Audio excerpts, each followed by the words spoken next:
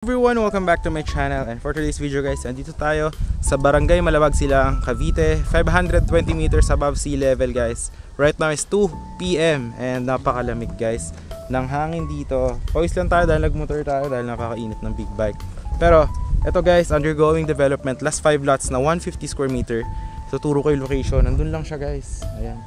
So ito guys is around 7 minutes from Tagaytay, no? Pag pumunta ka ng highway, malapit lang sa Aguinaldo Highway, tapos to Rotonda, mga 10 minutes. Paglabas mo ng highway, mga 5 minutes Rotonda na yun. May mga tricycle dyan. So yeah, 5 lots remaining. Alright, so this one is for only 7,500 per square meter and 2 to 5 years to pay. Tapos with discount po yung down payment niya, which is only 24%. So ayan guys yung mga drainage, kung makikita nyo. Ayan. Accessible to by motorcycle and car. Diyan yung barangay road na yun dyan eh. Ayan yung mga drainage, napakalalaki. Yan, ginagawa na rin yung mga kalsada. Ayan, may mga equipment na rin doon. So ayan, undergoing development siya, no? So alright, for now paliparan natin ng drone shot yung property para mas ma-visualize nyo and makita nyo yung 150 square meter na 5 lots. I will showcase it in here in 3, 2, 1. Ito po yung drone shot.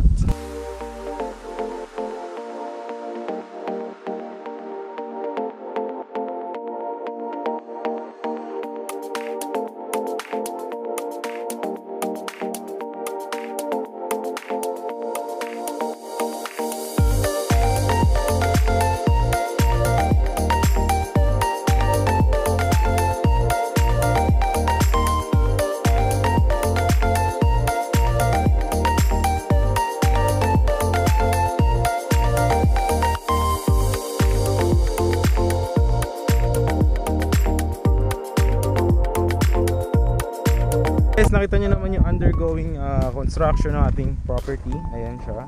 So ganda dito guys, pagkagabi naghahamog po dito. And ma-assure ko sa inyo, no flooding po dito. Kasi nga, napakataas nga, 520 meters above sea level. And napakalalaki ng mga drainage na ginagamit po dito. So yeah, akyatin natin, papakita ko sa inyo yung mga lots. Actually dyan, mayroon dyan gagawin na parks and playground and basketball court.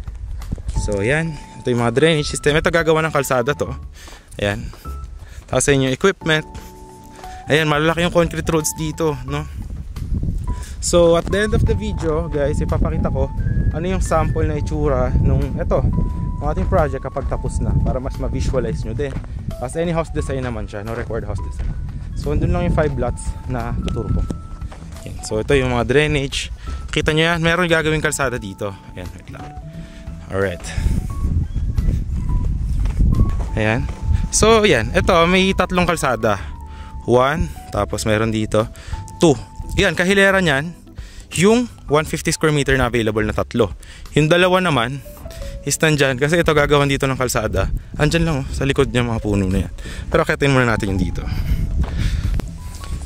Hi guys, nakakit na tayo. So ito gagawa ng kalsada, nilagyan na ng mga bato. Kakalsadahan na din to, tsaka lalagyan ng drainage.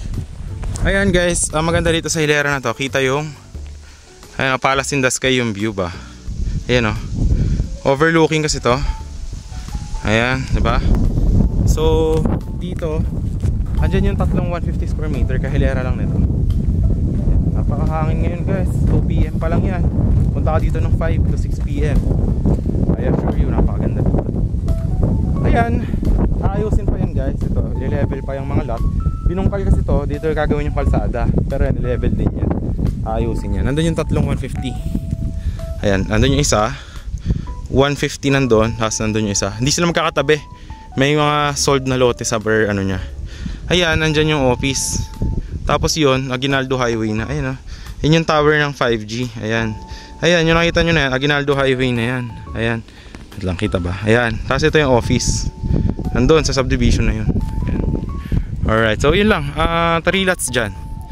And talagang mahangin guys. Ayan o, tanghaling tapat to 2 PM. Ayan. Kita nyo yung mga puno. Tsaka yung elevation nito 520 meters. Ayan guys o, oily lang talaga tayo, pero malamig dito.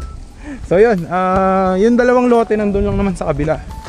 Kita nyo naman na sa drone shot yun. So yun, last 5 lots 150 square meter or only 75 per square meter. Ayan, if you're looking para sa retirement nyo na yun, undergoing construction na, any house design naman pag natapos na. So yun, nandiyan yung Viber WhatsApp ko, message nyo lang ako para ma-assist ko kayo. If nasa ibang bansa ka, message mo lang ako. Pwede naman tayo mag online reservation and online payment. Ayan. Tapos yun, for now ilalagay ko naman din sa dulo yung magiging sample na itsura nitong ating property pag tapos na siya. So para ma-visualize siya. So yun lang, please watch this one. Thank you.